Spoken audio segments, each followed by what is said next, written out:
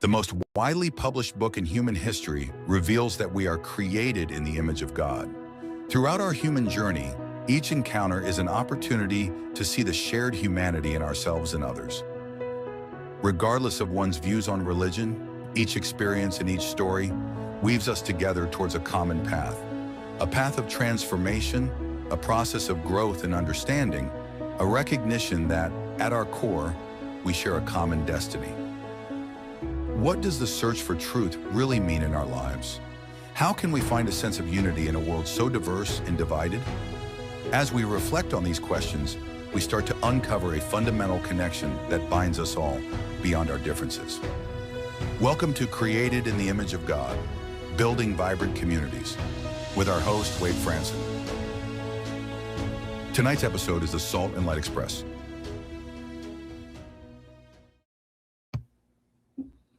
Good evening, everyone. If you're noticing that my background's a little bit different tonight, and if you're noticing perhaps a little bit of lag in the connection, it's because I'm actually in the Smoky Mountains. Now, you're not seeing the actual Smoky Mountains behind me, although when my family and I were wandering through the Smoky Mountain National Park today, it did look like that. So I chose this virtual backdrop to celebrate the fact that we are here in North Carolina, Smoky Mountains, at a resort celebrating spring break with our graduating daughter, our freshman son, and tonight, the anniversary, the 19th anniversary for my wife and I. And it seems fitting that we have a guest tonight who's telling a story that ends with a discovery of love. Leanne Walling is the author of The Salt and Light Express, a moving road trip novel about an older woman traveling alone in a small RV to navigate grief, guilt, and questions of faith after the loss of her longtime partner. Leanne's a former journalist, political aide, planner, and consultant who published her debut novel at age 69. And it's a celebrated novel. She brought decades of lived experience into the story that speaks to spiritual seekers, older women, the LGBTQ community, and anyone wrestling with loneliness and belonging. She has an MFA from Drexel University and a rich personal journey through Methodism, baptism, atheism, and the Episcopalian faith. She writes with honesty, nuance, and hope about grief, aging, and the search for meaning in a divided America. On the way down here, I played Paul Simon's Search for America. You all know that song from the 60s if you're of my generation, and see what my daughter thought of it as we were traveling through the states. Well, tonight we're going to get to hear from Leanne Walling, author of Salt and Light Express, and her journey. Welcome to the studio, Leanne. Thanks, Wade. I'm so happy to be here and honored that you picked me for your anniversary. Well, we're making it work. So now the backdrop that you have is also virtual, but it's a scene from your book, is it not? Yeah, that's the Texas Hill Country, which takes up about half of the book. Beautiful part of the country, Kerrville, Texas, Fredericksburg, Texas, San Antonio, and parts of Austin. Just kind of in my DNA. It's where most of my family still lives. So yeah, I love it there. Now that's sort of central, maybe a little bit more west. Is that right, Texas? Yeah, it's down, it's South Central Texas, I think. That's where all the horrible flooding was last July 4th with the summer camps and everything. Yeah. Yeah.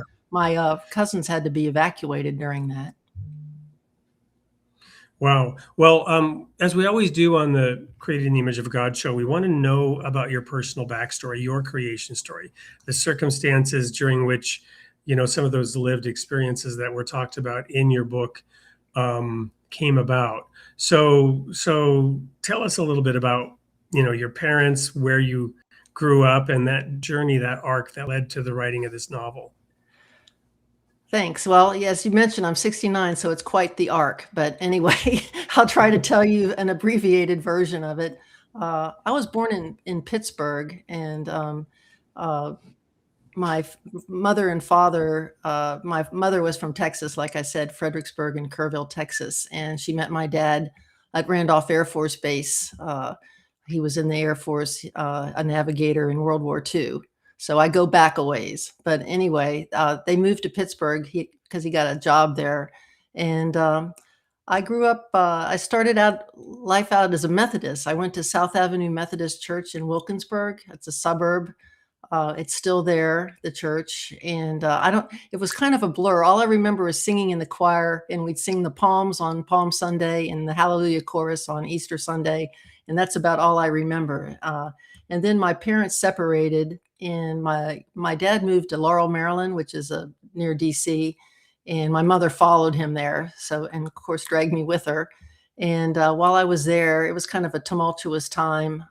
She was trying to get back together with my dad, who, as I mentioned to you, ultimately was married 8 or 9 times. I've sort of lost count.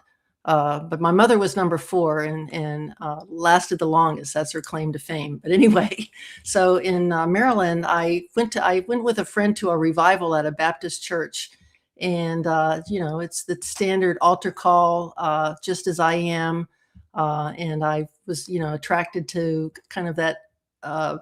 I was attracted to the church and them being so open and, wanting me to be part of their church. And so I went down and became saved and dunked and all that stuff. And I was a Baptist. It wasn't a Southern Baptist church. I think it was Northern Baptist. But, that was a nice little community to belong to. My mother really didn't care if I went to church or not. Neither of them. My dad, called himself an agnostic, and my mother, she had been Catholic, and her parents converted to Assembly of God. And there's a little of that in the book. There's a lot of faith journey in the book that kind of parallels my own. So she finally gave up on my dad and decided to move to Texas. And this was about 1967, 68. And so I went down there thinking I was a Baptist, and there's a lot of churches in Texas. This was Irving. It's a suburb of Dallas. And I had a hard time finding a church home down there. It's not really, it's hard if you're a question asker, if you still have questions and if you still have doubts and you're wondering, well, if you say this, then how can this be true? And that sort of thing. So I kind of floundered all the way through junior high and high school. Well, I want to pause you there for a second. Sure. Because I just had a guest on the show who did extensive research into the Latino Christian community in the United States. She's an expert in that field, and she shared with me, 90% of the Latinos coming into the country were Catholic, right? Right. And many of them then transitioned into other churches. And I asked her the question, is this partly, the coming of age and questioning what your parents believed and maybe moving away a little bit from the culture? She said, no, it's actually the opposite. And she said that these churches that they were often joining were very small, whereas the Catholic churches that they came into were very large here in America.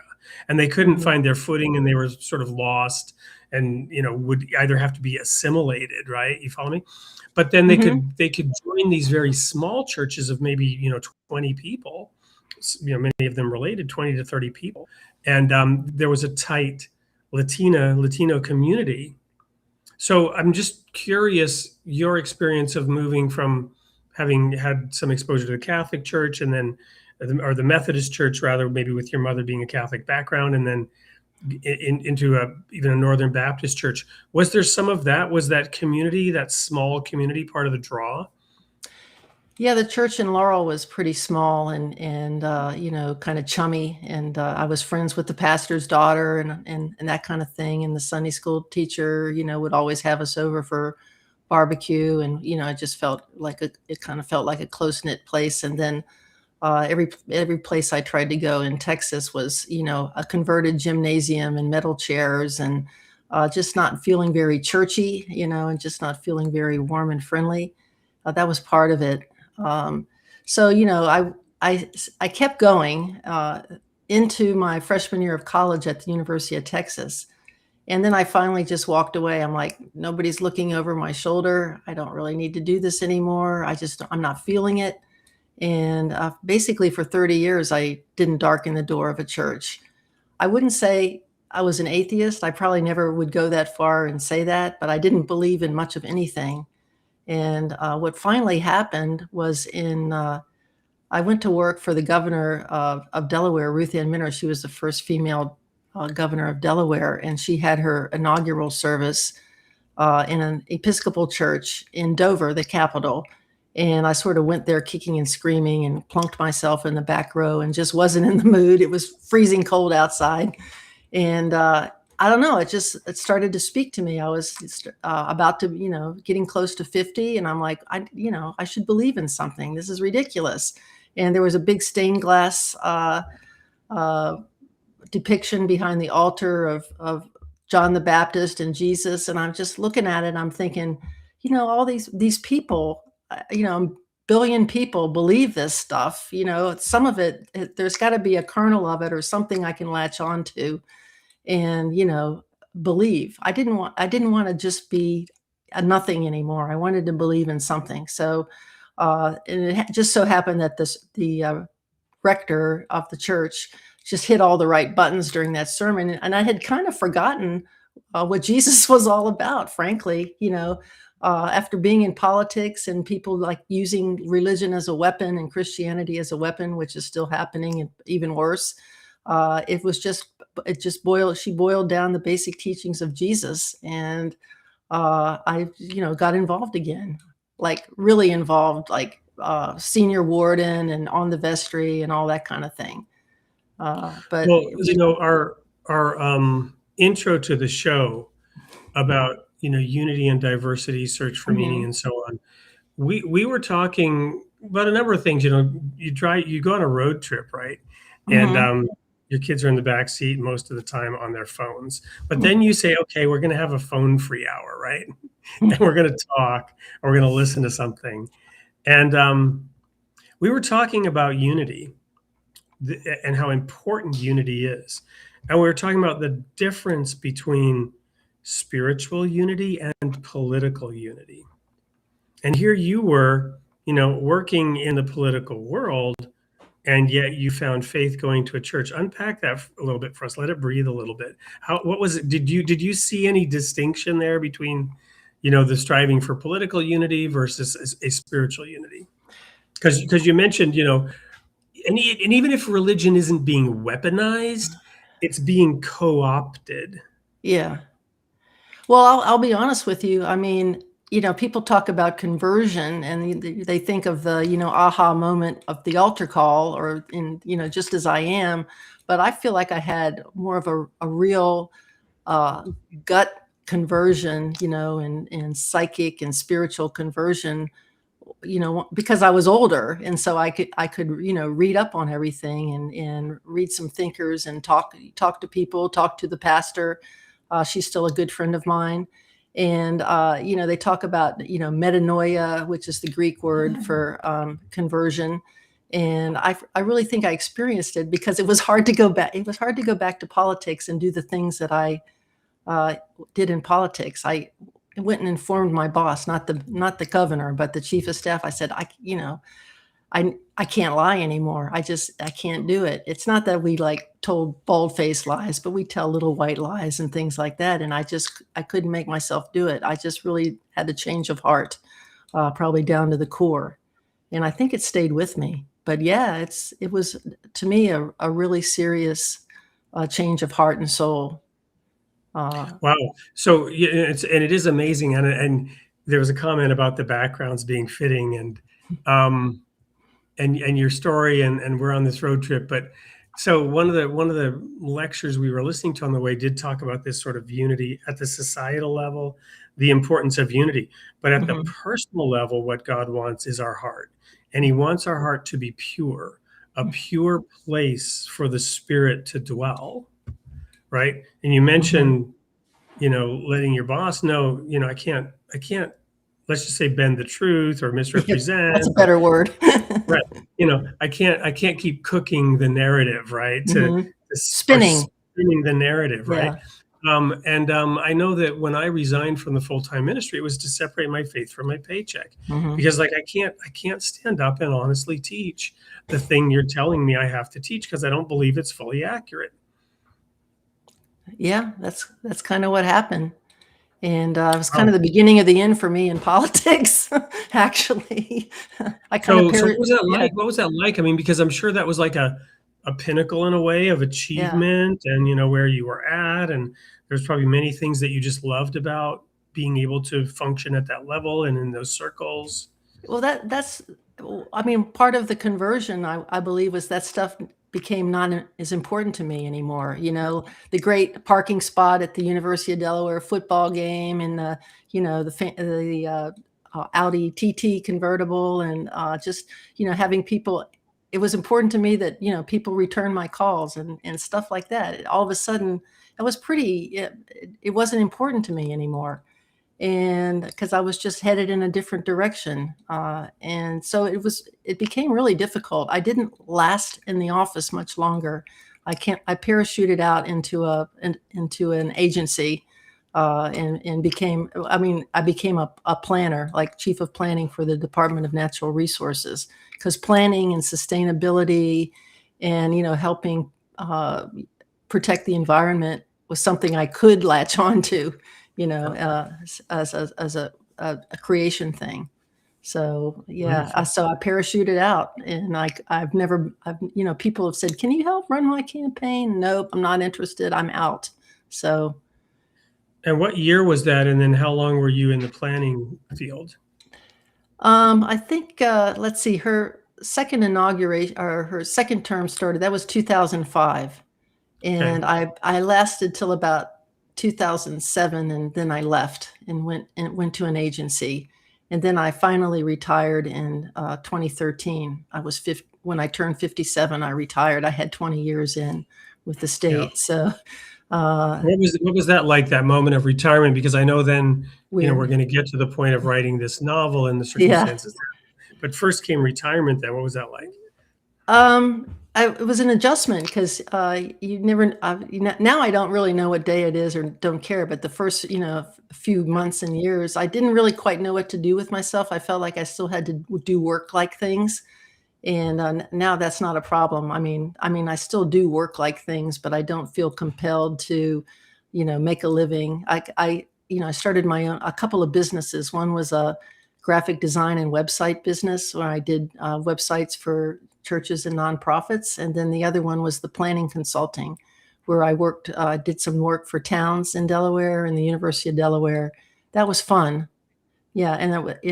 But finally I just said, I don't really need to do this anymore. So I stopped. And that's when, COVID hit. And, when COVID hit, I'm skipping a lot of years, but it really forced everybody to kind of think about what matters to them, and what they should do with the rest of their lives.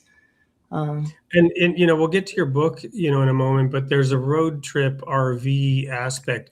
Was that part of what you did as a retired person, or was that more what you would have wanted to do and therefore wrote about? Or I thought I wanted to do it. I've never been in an RV. I had a lot of help, from people who had, and did a lot of research. And most people think, the experience that's mentioned in the book is very authentic, and they can't believe that I never went camping in one.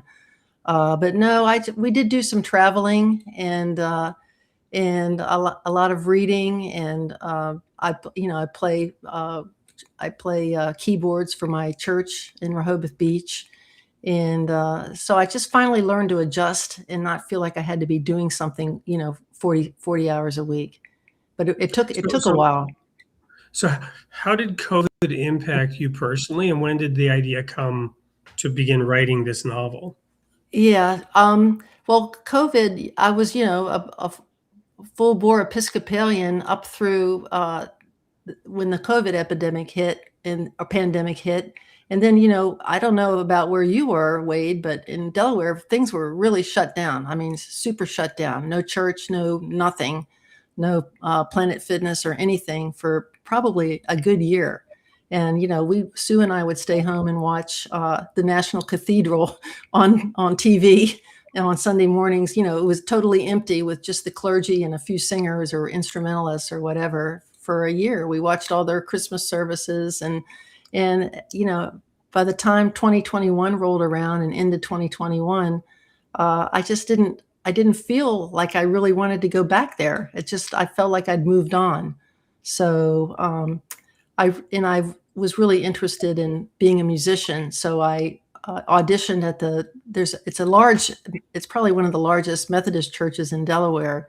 And I auditioned, to play keyboards. And I've been there since July 11th, 2021, playing keyboards every Sunday. But it's a kind of a different experience. The church in Dover was very diverse. It was kind of urban. It was, Blacks and Latinos and gay and straight and old and young and families. This one is it's a retirement community, so it's a little more homogenous, but it's also very inclusive. So, people can kind of live in their questions there. And even at my age, it's kind of a good place to be, because I still have a lot of questions. Well, and I've got some questions too, but I think this is a good point to go to that commercial break, unless there's anything else you want to add to this segment. And then some of my questions are going to relate to, what you were going through and how that was translated into art in the form of this book that was well received and meaningful to a lot of people. Sure. Go ahead. Is there anything you want to add to this segment, or we'll just jump into this? No, I think we've made it to almost to the present time, so we're good. Awesome. Well, and what comes next is a little video about that book. And when we come back, we'll talk about it. Don't go anywhere. We'll be right back with more of Leanne Walling and the Salt and Light Express. Chris hit the road to heal from grief and guilt. But she found much more. The majesty of Utah's red rocks. The untamed beauty of the Texas Hill Country. She found belonging and understanding and mindfulness. She struggled with faith and with our divisions until finally she found love. Publishers Weekly made the Salt and Light Express an editor's pick and says the novel delivers something truly special. It's available almost anywhere, and it's perfect for book clubs because it takes a journey to finally come home.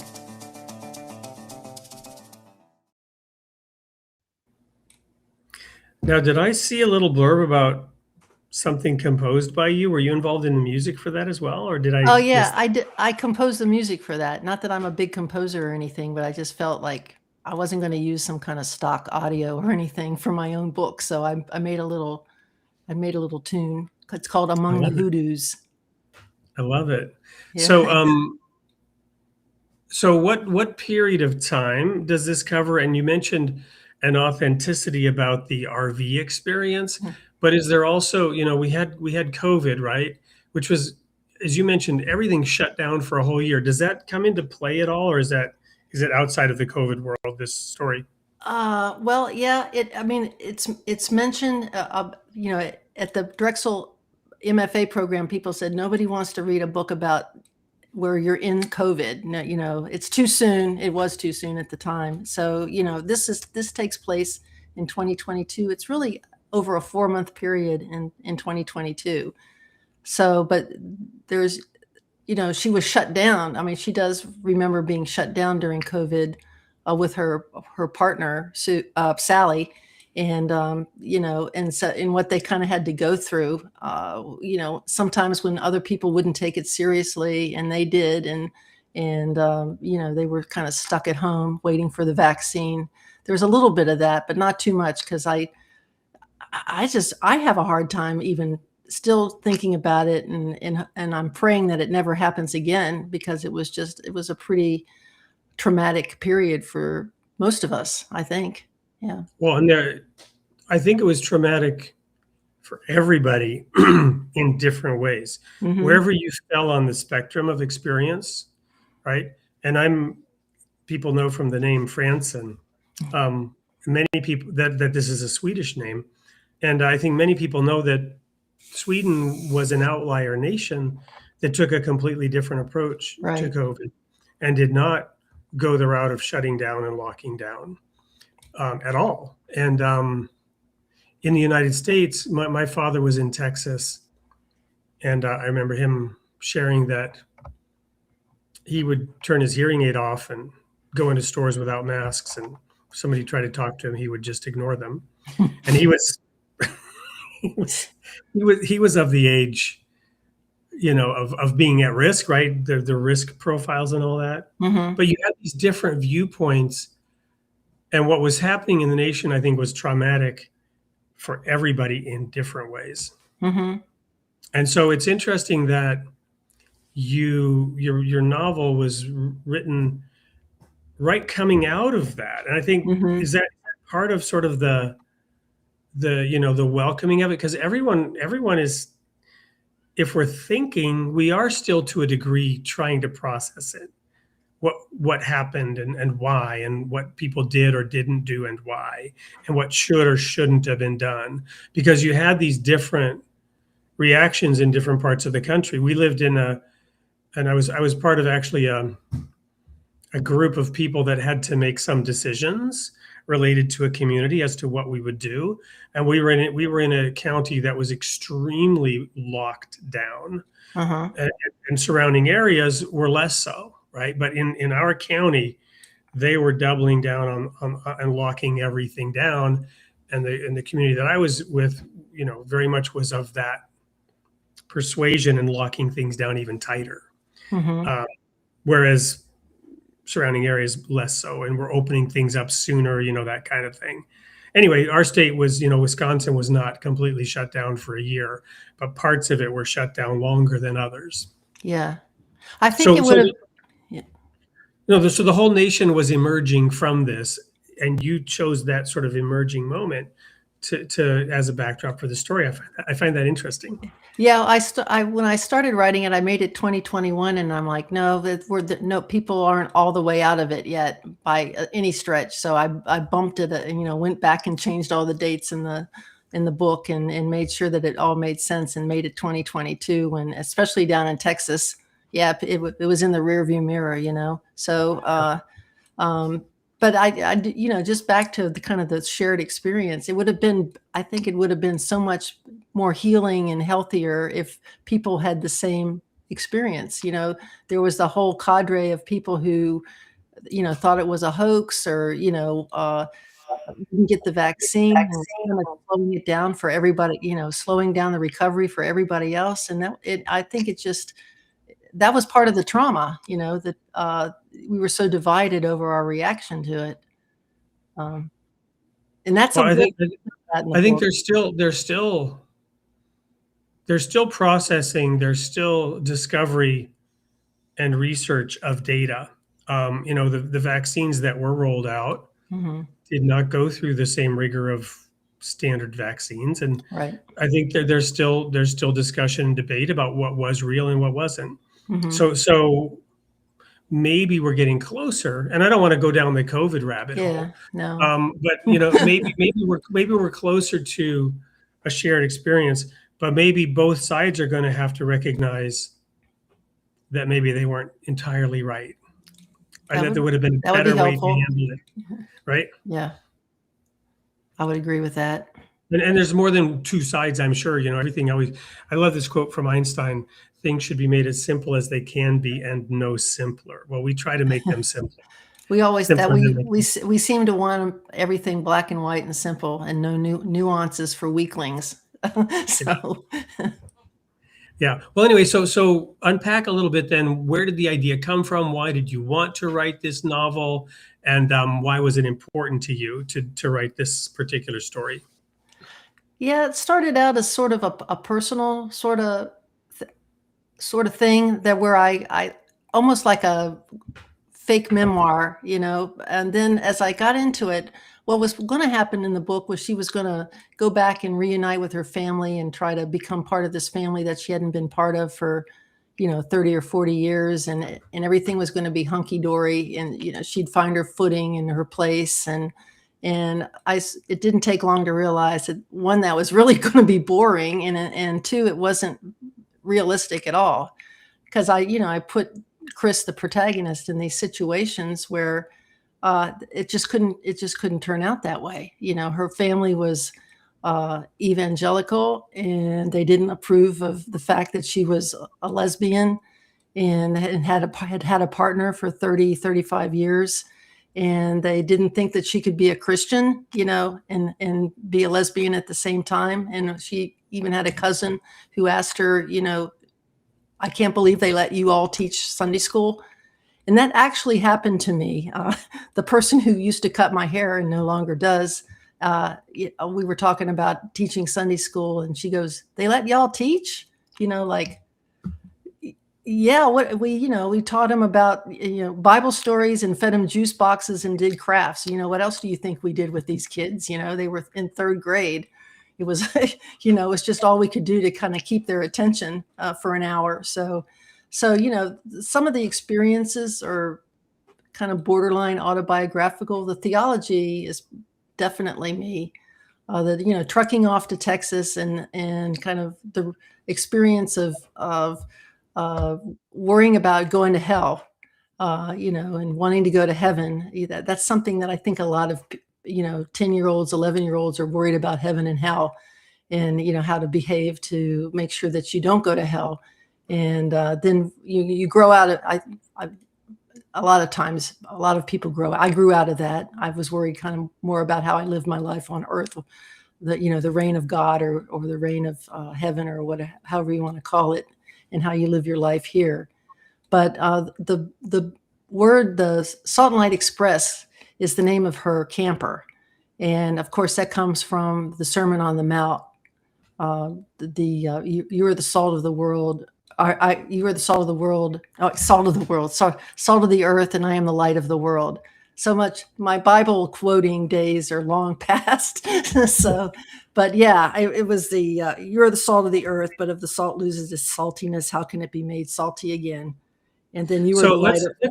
Let's spend a moment on that, because I should have realized that, but I didn't. Really? Right? Okay. And now I'm excited, right? Because these two analogies, and could have called it salt, light, and leaven, right? Because they're different, right? But salt and light, okay, so they're used in a similar way, but they're also extremely different, right?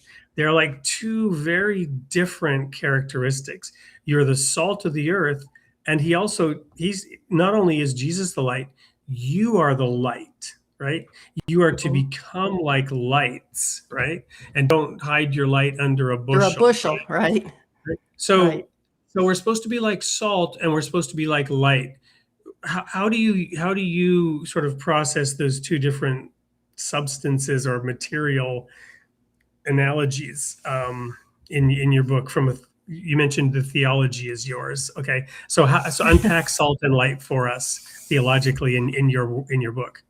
Well, I'll be honest with you. I never fully understood the whole salt analogy.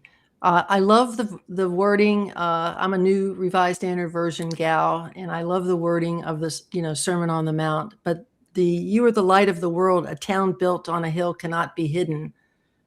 Neither do people light a lamp and put it under a bowl. Instead, they put it on its stand, and it gives light to everyone in the house. That I think that speaks to me in terms of you're not meant to go through life being shy or not taking part and not participating. You're meant to participate and get your light out there. So that part really speaks to me.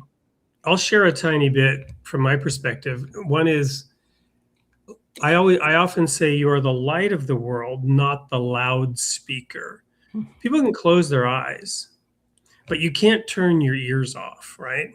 And so light is non-intrusive. But if you're a loudspeaker, this gets into that thing we talked about co-opting religion and sermonizing, you follow me?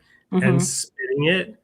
But light reveals the truth, right? When the light hits something, it reflects back accurately what it is Mm-hmm. that's right. Mm-hmm. But salt, I think of the phrase, let your speech be grace seasoned with salt, right? So, and a tiny bit of salt. We all know what it's like to have food that's too salty, right?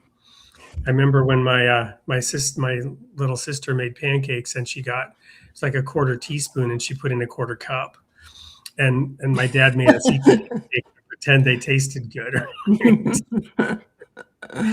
um, just a little bit too much salt, and you've immediately ruined the food. Mm-hmm. So the salt has a different purpose. It can Mm-hmm. also preserve, right? Right. It changes the nature of preserve. So I think of you telling your boss, hey, I can't do this anymore, I can't spin. I'm sure you said it in a nice way, I'm sure you departed gracefully, Tried but to. the salt was, hey, I have to draw a distinction here.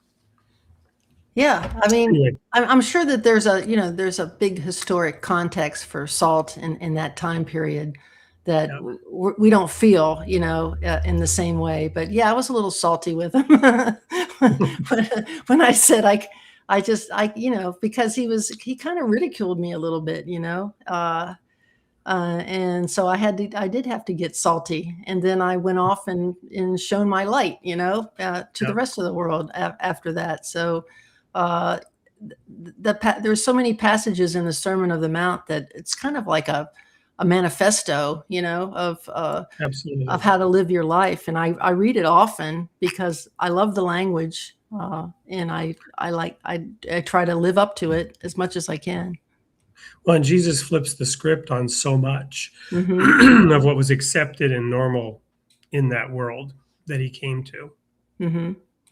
Okay, so the Salt and Light Express is making a journey across America, and so Right. what's going on then? What are the characters doing as they're traveling through? Well, she's headed to Bryce Canyon in Utah to spread Sally's ashes because that was their favorite place that they'd ever visited. And she stops at a campground in Moab. It's the kind of first stop. She just basically motors it across the whole country Why does she have Sally's ashes? Because they were in COVID together, and now yeah, Sally's. Sally was she died in an accident, car accident that was partly Chris's fault because she wasn't paying attention. Now, they were broadsided by a teenager who was texting and drinking, but if Chris had been paying attention, she probably could have avoided the accident. So she carries that guilt At with least her. she felt like she could have. Yeah, maybe she couldn't have, but that's guilt for you. So, and she ends up in this campground in Moab with this kind of motley crew of people, including Claire, who's a woman who is traveling away from her own tragedy. Her son was an off-duty police officer who was a black, and he was killed by a vigilante who. A woman, who kind of took her Glock out of her Michael Kors handbag and shot him when he was trying to help somebody in a Walmart. And that was related to COVID because he was confronting somebody who refused to wear a mask and became violent. And he was trying to talk the guy down. And she thought he was the bad guy, and she shot him. So she meets Claire, and they just develop a connection. They become soulmates of sort. And this continues throughout the book until the end. But she meets other people there and she shows she's kind of snobby and elitist herself, and thinks she makes assumptions about people that turn out to be wrong. And all these people are helping her recover from her grief and her guilt and her loneliness. And she finally realized that even the people that she thought she had nothing in common with, there's actually, a shared humanity, and they're there for her. So then after going to Bryce Canyon, she decides to head south to Texas to try to reconnect with her family, and that doesn't go that well. But she meets the Baptist preacher, Jared, and once again, she makes all these assumptions about what he's going to think about her and what he's going to say and how judgy he's going to be, and he turns out to be a phenomenal friend throughout the book. and he's a great character. I love the guy. And so he talks her into getting a volunteer job at the local library. And they end up they schedule a panel discussion on the Alamo, because there's a lot of revisionist history and rewriting history going on about the Alamo and what really happened and whether they were really heroes or not.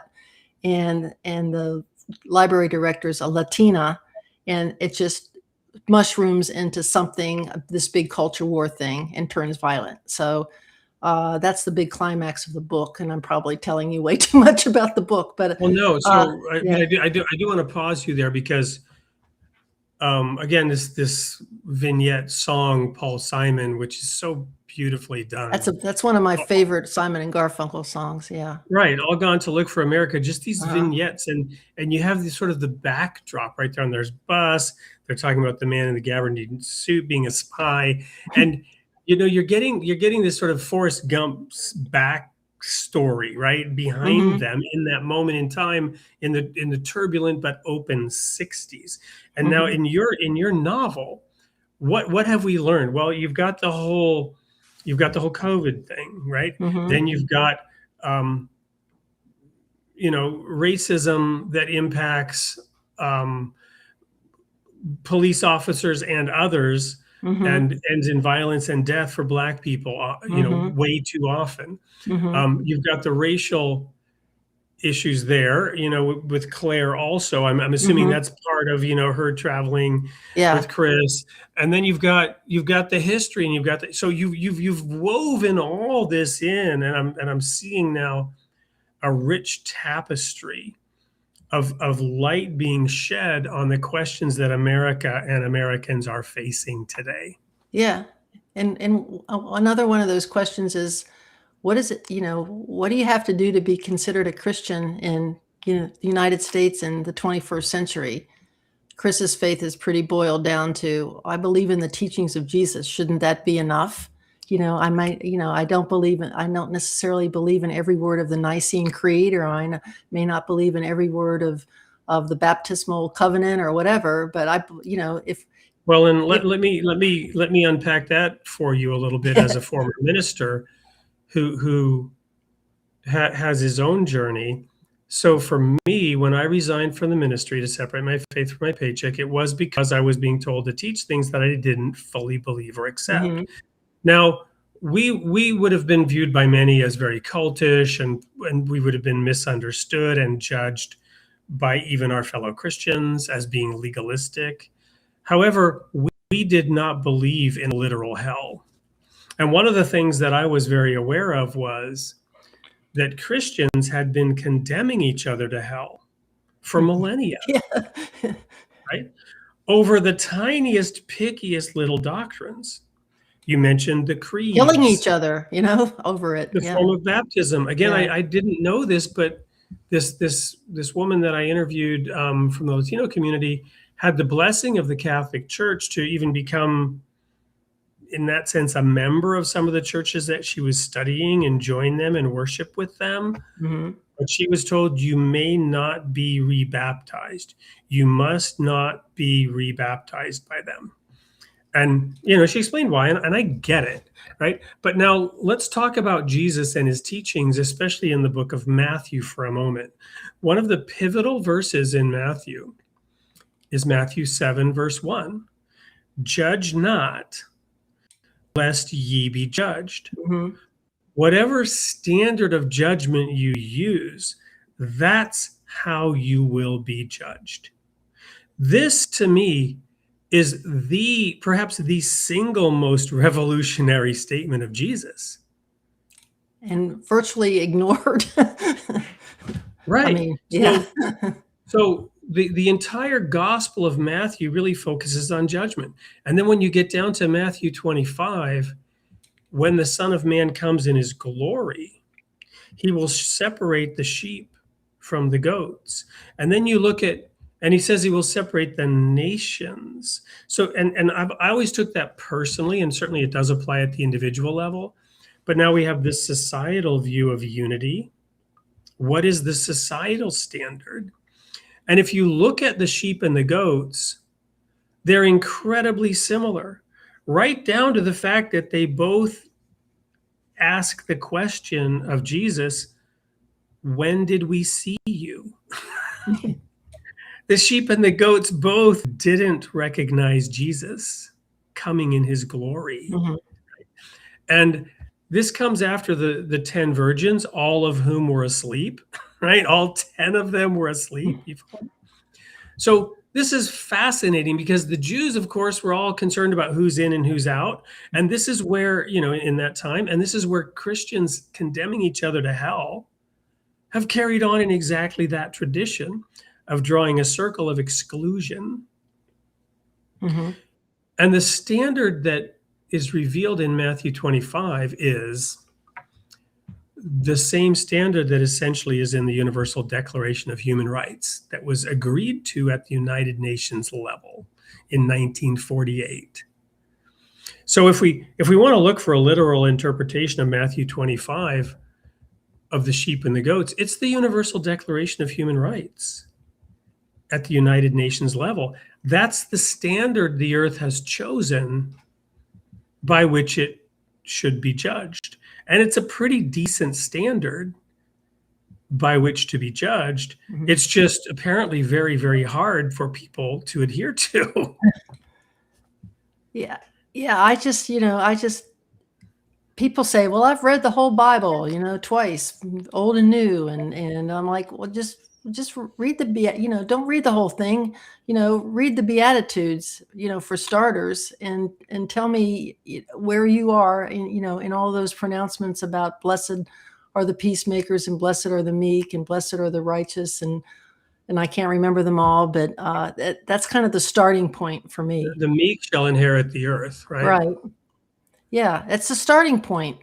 Yeah. And people don't start there. I'm not seeing people start there with those teachings. I'm seeing them start in some, belief system or judgment system. And I just think, I mean, it's not like it's just happening now. This has happened since Jesus, was on the earth. So people are just, setting aside his basic teachings, in your face teachings. It's kind of hard to ignore them, but we do. And that's kind of what I was trying to get to in the book. So is it fair to say then that one of the reasons this journey is ultimately rewarding for Chris is that she's laying aside her judgments of others, and then that helps her also deal with her own guilt? Yeah, and the other thing, she's trying to, be more mindful and practice a certain kind of mindfulness. She talks about, centering prayer, and she keeps trying it, and she keeps falling asleep, and she quotes Thomas Merton, the famous quote about, the center of our being is a point of nothingness, which is untouched by sin and by illusion. And she finally gets there towards the end of the book, where she feels like she's centered, and she's more mindful, and she's kind of ready to put all the, the crap of her past behind her, and leave judgment. And she accepts the people that she sort of made assumptions about and herself judged. So like Jared the preacher and others. So I think she comes around, and she becomes a more whole person, and she finally can open herself up to, love. And she has the big reckoning at the library, the violence at the library, but it just compels her to just realize how short life is, and she needs to move on and, find love. So, but I think the whole book kind of prepares her, and, her spiritual journey as well as her geographical journey help prepare her for that. So have you had a chance to, do book signings or whatnot, where you've actually met some of the people that have read the book and gotten to hear from them how they received it and what they got out of it? Yeah, and I'm, I was kind of in a vacuum when I wrote it. I was still in the MFA program, and I I spent a year writing it. I was actually the only person in the program, in that cohort, who actually started and finished a book during the period. But I'm like, I'm paying all this money. I'm going to have a product at the end of it, by golly. And then I spent another year. You were in the event planning and, organizing and, Yeah. consulting. So I guess, So yeah. And then, I had the book launch at my church, and I sold 58 copies of the book, which is probably my best day. So still, and people, it's gotten really good reviews, from like third-party people, but also really good reviews on Amazon from people I don't even know, Goodreads, who are they find it inspirational. They like the characters, they like the story, they like the spiritual journey, and that's just so heartening to me, because you never know when you write something how it's going to go over. I mean, you like it, and it's you like the story, or you wouldn't have spent all that time writing it, but how is it going to resonate with other people? And it does seem to strike a chord with older women who've seen a lot and done a lot, and are starting to think about, the course of their lives. And it's a great book club book, because a lot of older women are in book clubs, and a lot of older women feel that kind of invisibility that Chris felt during a lot of the book, where she just felt like people weren't paying any attention to her, and they can relate to that. So it's been very well received. Well, the backdrop in the tapestry is also a lot of difference of opinion, and, as you mentioned in the book, violence and even death. Mm-hmm. Have you had any haters? Has there been any negative reviews of people that sort of want to attack what you're doing in it? No, but I'd really welcome that. I would really. I think when it finally gets out there, more in the world than it is, that people are going to take issue with some of the theology in the book, and then my notion and her notion of Christianity and what being a Christian really is. And I would welcome that. I hope they. Well, yeah, I'll tell you why I ask, and that is that. My story was very autobiographical, including names, dates, places, right?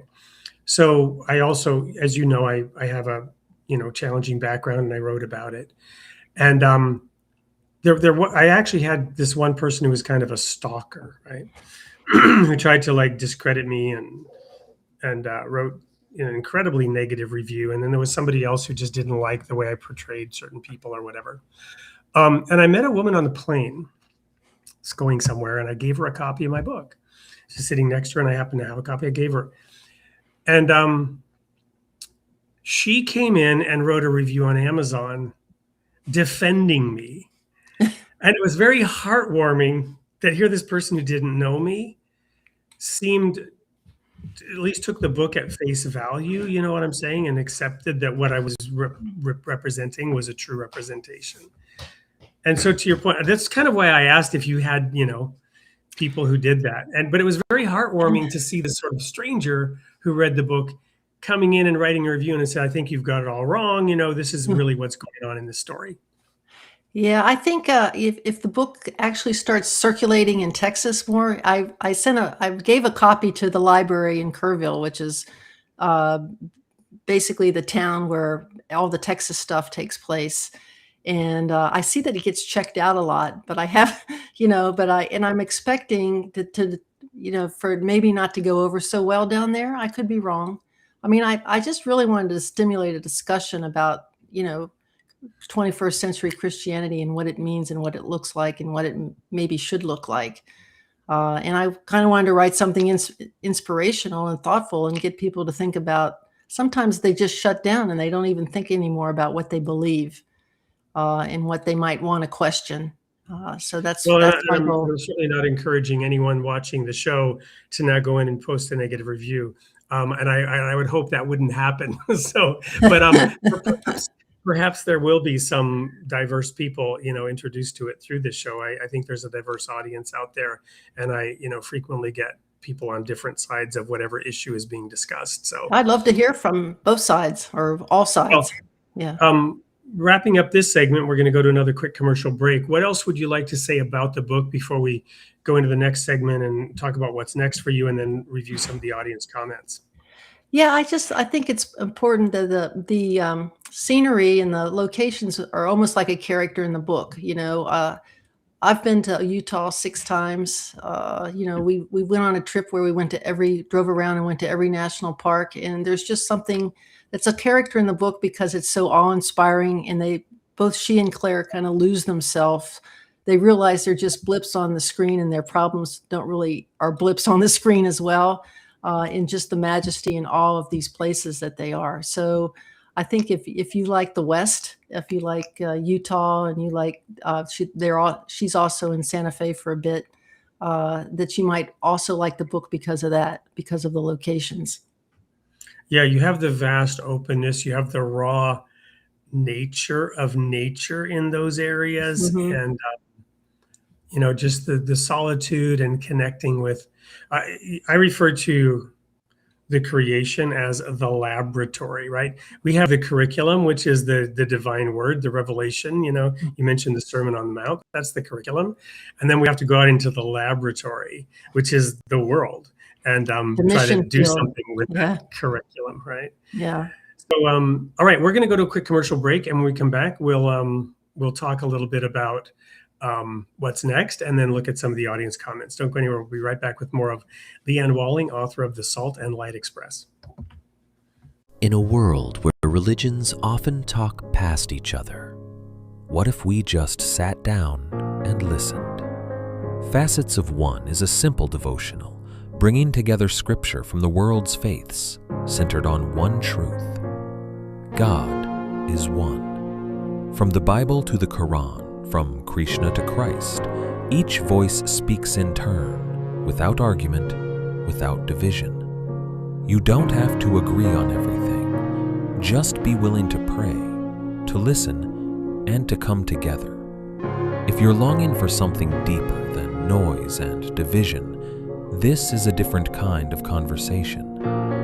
Facets of One. Many voices, one God. Will you start a circle?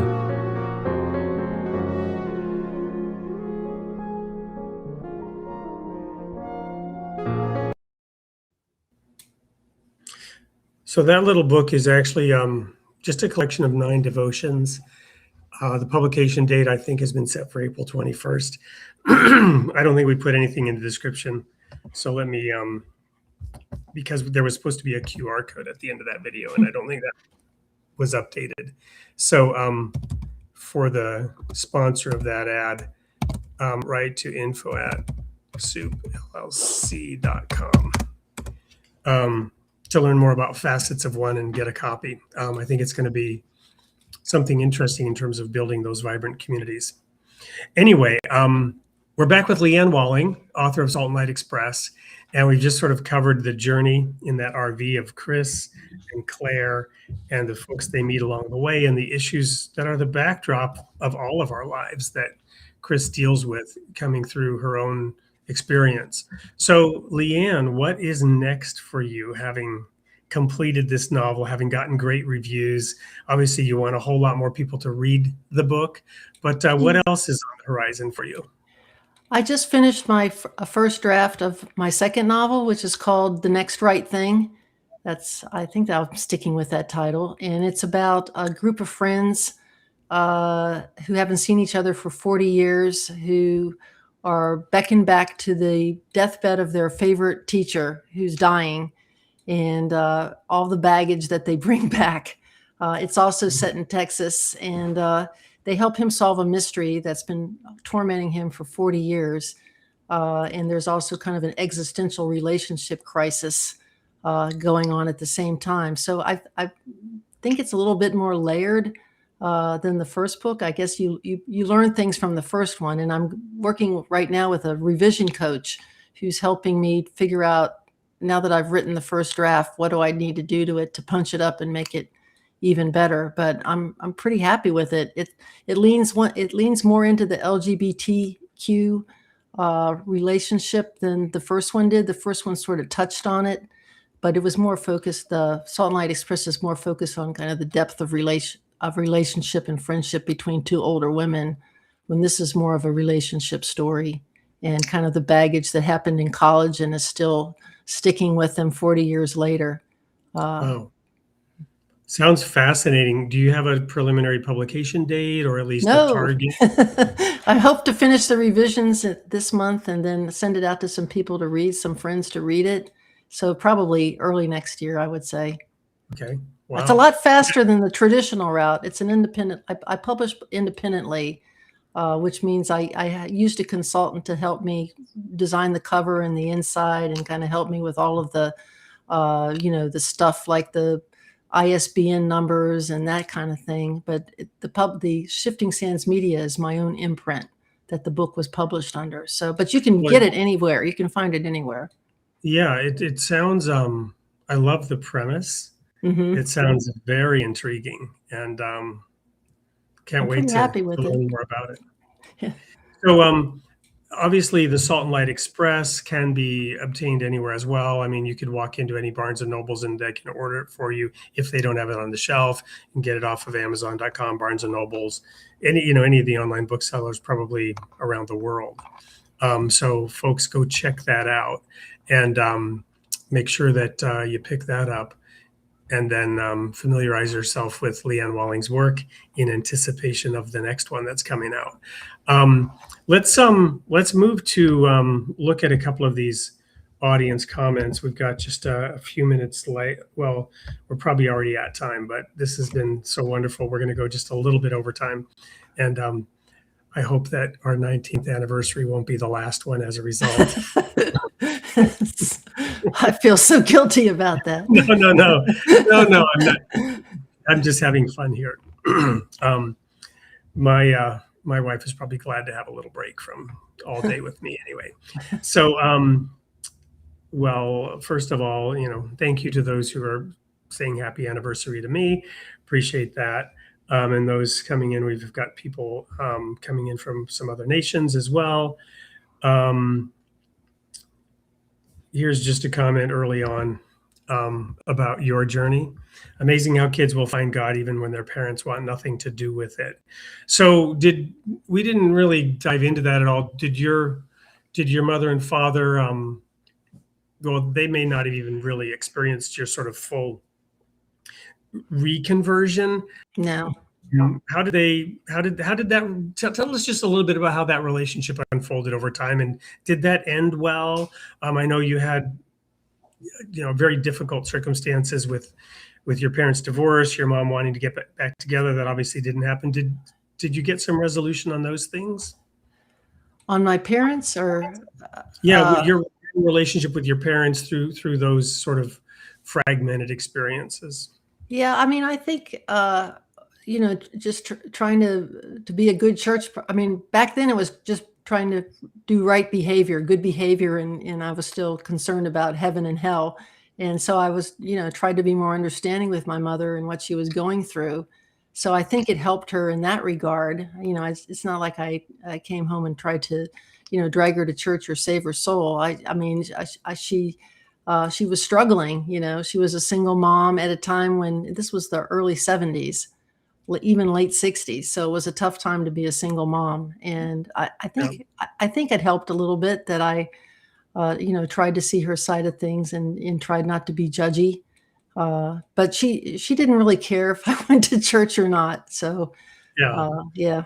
Yeah, hard to make that work when it's not a two-way street. Yeah. How about this one? Did you ever know prior to 50 that you had a calling of some sort? Or do you feel that today, that obviously you want to be a light and reflect the teachings of Jesus, but was the book infused with sort of a mission and purpose of a divine nature, even to some small degree? I think so. I think when sometimes when I look back at the pages, I think, wow, I can't believe I wrote that. What was going on when I was writing that? And I do think, whether it's, I do a lot of graphic design and social media for my church. And sometimes I just feel like somebody else is on the keys for me and making things and creating things. I do think that God's a creative force, and not just creation of the world, but creation within you. and guides you if you let it happen. And so yeah, I always wanted to be a writer. I was a journalist for quite a long time. Not quite the same thing, because when you're a novelist, you actually can make up people and situations but yeah, Which you're not supposed to do in journalism, but some people do, right? There's a whole lot of spin in that. Yeah. So what kind of journalist were you? What kind of articles, what area of journalism? I worked for my first job was at a TV station in Odessa, Texas in 1978. That was my first job out of college. I made $8,000 a year, and I lasted 6 months. And what was interesting about that time was the Bushes were all out there, Jeb and George and Neil, and they were, very friendly guys, and, we'd go out and have lunch and stuff.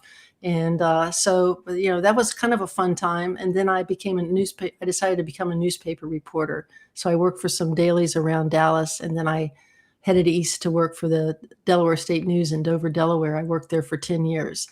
So I was, a cop reporter, a legislative reporter, a court reporter, a little bit of everything, an editor, a features editor, an editorial page editor. I liked moving around and trying different jobs. But this kind of answers the question here from Irby. But what was it that finally pulled the trigger to go into that MFA and write a novel? Because I don't know. Did you ever read the book Midnight Library by Matt Haig?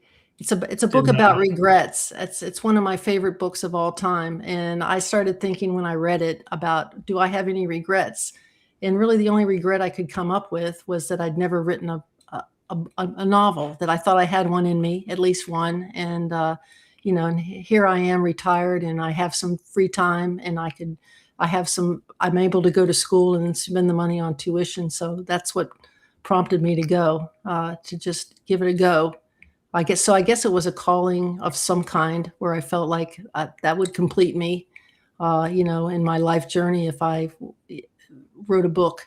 And it was a great experience to sit down and write these characters and make these things happen to them and have a good outcome. Yeah. So I was so intrigued by some of the things you were saying, I didn't quite catch the context. I think this was related to when we were talking about light. You're right. If everyone was blind, for instance, there would be a lot less conflict. And then this response here, which is a fancy way of saying everyone's guilty. But I'm not totally sure the context. Maybe you have some insight into. No, I was actually looking at the chat. I figured out how to look at the chat, and I don't really know at what point that person weighed in, so I'm not quite sure what they're referring to.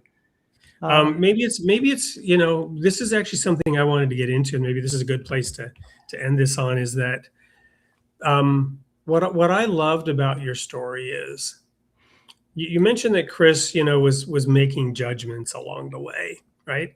Mm-hmm. And obviously you had your own theology and you had your own experiences. You wrote about a situation which wasn't only, a person being killed probably because of racial profiling. Maybe the race was involved in how that character died in the parking lot. Mm-hmm. But there was also, the presentation of the person who did not want to conform to the COVID lockdowns being the one that was causing a disturbance, right? Mm-hmm. So you're kind of taking a side on that in a way, right? Because there would be, again, my dad had the opposite perspective, that mm-hmm.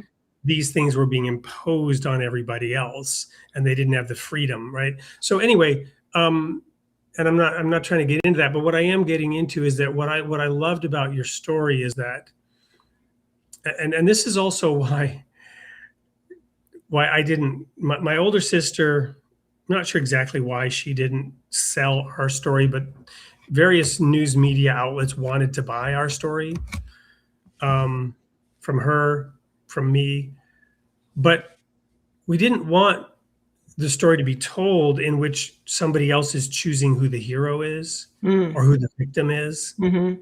You know what I mean? Yeah. Because in our situation, there weren't really any heroes and everybody was a victim. Right? You follow me?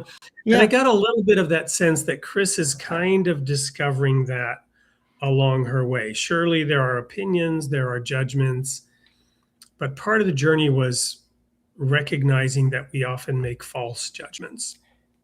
Yeah, it starts with a couple at the campground, Hannah and Wade, who are these loudmouth Texans with a huge RV that probably cost $1 million. And she just makes all these assumptions about them. And they turned out to be just real salt of the earth people who were very incredibly generous and giving when a crisis happened at the campground. So that was epiphany number one for her during the book. Yeah. Yeah. And there's a little bit of how Jesus taught in that, right? The story of the Good Samaritan, right? The Good Samaritan being obviously the Samaritan. Everyone at that time, when a Samaritan gets mentioned, oh, this is going to be good, right? Because the Samaritans are such bad people. Yeah. And then Jesus flips the script on them. Mm-hmm. Mm-hmm. Well, awesome. Well, we're at time. It's been just a very enjoyable hour with you to learn more deeply about your book, your life, what you're doing. Again, everyone's The Salt and Light Express, Leanne Walling. Go get the book if you haven't heard of it. It's well worth the read. Leanne, what would you like to leave our audience with this evening? I wrote the book to try to encourage people to put themselves out there. I mean, that's part of the story, is that she finally realizes to get anywhere, to find love and belonging, you just have to put yourself out there. You can't close yourself off. And that's just true of so many different facets of life. And so if the book teaches people anything, that would be it. That it's never too late. Put yourself out there and you can pretty much achieve love, a novel, whatever, So, but thanks for having me. It's been a really great conversation. I appreciate it. And go have your anniversary. Well, we have one more thing to do. Well, yeah, we did actually order dessert to take home with us. So there's key lime pie and there's some kind of funky, delicious cheesecake that we're all going to share. But one last thing that I have to do tonight is air the sneak peek of next week's show. And so Leanne, thank you so much for being here this evening. Everyone go check out her book and order a copy for you or a friend. Join a book club, invited into your book club, and enjoy. Oh yeah, I'd love to come to your book. I'll drop in on any book club. Yep. Awesome. Okay. In an RV, or are you flying in? Virtually, unless you're in my neck of the woods. There you go. Yeah. There you go. That was one of the gifts that COVID gave us, was for us to be able to do that, right? To travel virtually much more easily and readily. All right. So stay tuned next week, same time, same place, on the Created in the Image of God show. This is what you have to look forward to. Meanwhile, don't forget, you are created in the image of God, and God loves his creation. We'll see you all next week.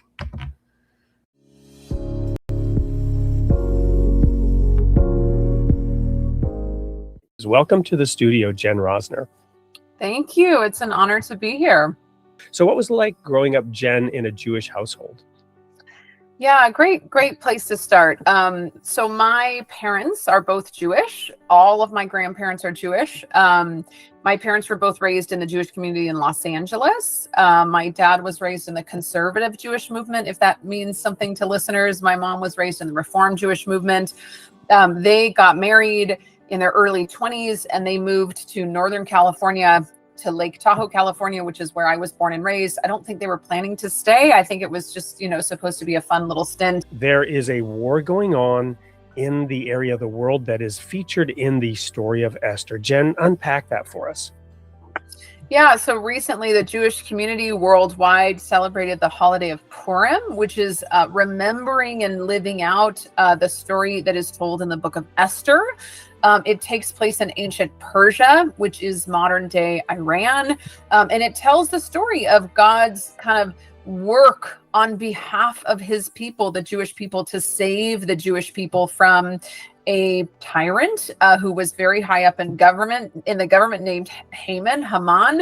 And it tells this sort of unlikely story of Queen Esther and the way in which through Queen Esther and Mordecai, God God saves his people from a tragedy that was set to eliminate the Jewish people in the Persian Empire. About how, we're celebrating and living out the story of Esther about, a plot against the Jewish people in ancient Persia. And we're watching in real time the news where, the Ayatollah who was kind of like a modern Haman and wanted to eliminate the state of Israel was sort of taken out, as I said, just days before Purim.